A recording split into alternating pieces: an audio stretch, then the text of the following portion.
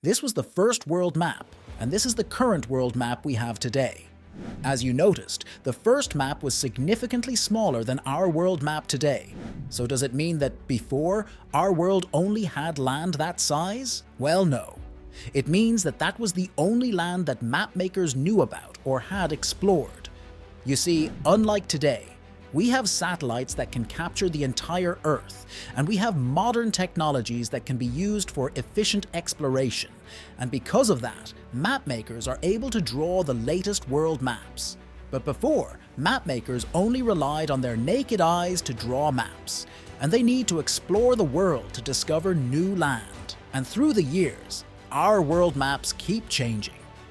The more land and territories they discover, the more they need to change the map. Have you ever wondered what our world map looks like centuries by centuries? And have you ever wondered how mapmakers improved the details of the world map from ancient times up until now? Well, welcome to the history of world maps.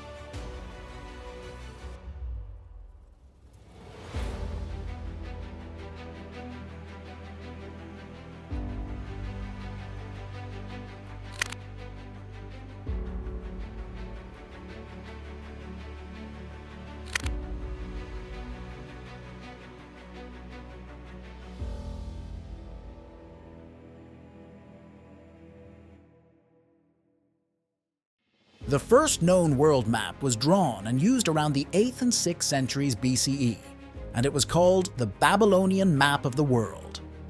Since Babylon was the dominant empire during that time, they made the maps out of their territories. This map has two concentric circles, with the outer circle labeled Bitter River, and the inner circle containing a representation of the city of Babylon, bordered by the Euphrates River. This was also the first attempt in human history to graphically define the space in which they were living.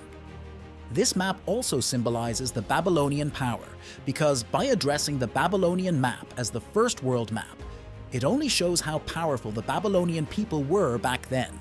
Well, thanks to Babylon, because the following world maps followed the patterns of the Babylonian map. And I want you to remember that the world maps represent the worldview of the mapmakers, meaning that the maps that they drew were limited to their own perception of what the world should look like.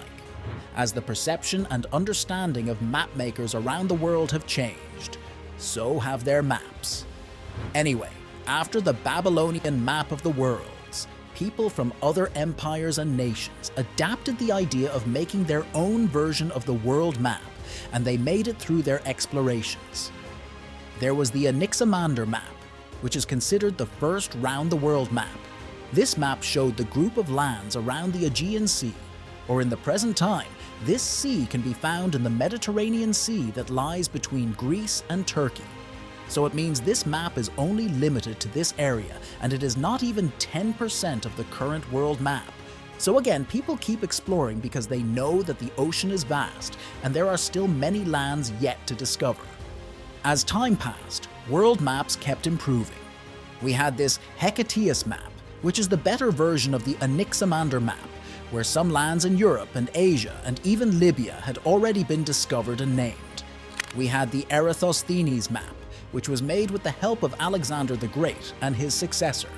In this map, you can see that Asia became even wider because Alexander the Great and his successors discovered more lands in Asia, giving them an actual understanding of the real size of the continent. And we had this, and many world maps as humans kept exploring. Even the great Roman Empire made their own version of the world map called Tabula Peutingeriana, which is a very long scroll of maps. Clearly, it was an incomplete, unrealistic map of the world. It's totally unrealistic. But for the Roman Empire, it was the perfect map to show their reach in the world. The first realistic world map was made by Ptolemy during the 2nd century. It was realistic because Ptolemy collected documents detailing the locations of towns, added information gathered from travelers, and came up with a system of latitude and longitude to plot thousands of places from Britain to Asia to North Africa. But the problem during that time was that many people believed that the Earth was flat, so they had doubts about all world maps that were derived from rounds, including the Ptolemy map. Ptolemy is a spherical Earth believer, So he successfully explained this problem by using a technique called projections. Projections are a systematic representation on a flat surface of features of a curved surface. Meaning, by using projections, mapmakers can lay out the world maps from globe visuals into flat papers. But this Ptolemy map is still not accurate, because it still lacks some parts of the world. So humans still keep exploring, discovering new continents, and changing the world map. And of course, every explorer made their own different version of world maps, and as you can see, this world map varies depending on the explorer and mapmakers who made it, because again, the world map was made from the perspective of the mapmakers, right? So every explorer ends up with different world maps, until one day, in year 1794, a world map was made covering the entire world in a double hemisphere map, and that map is called Samuel's Dunn Maps of the World. However, despite covering the entire Earth, this map is still not complete because, in this map, Antarctica has not yet been discovered and is nowhere to be found. So they explored Antarctica, then added it to the world map. But still, even though they have already charted every continent in the world, the details are not enough. But because of the inventions of humans and the new technologies we have today, we have now fully mapped the Earth, which is very precise, I must say. And this world map you see is the result of the efforts of all the travelers, explorers, and mapmakers.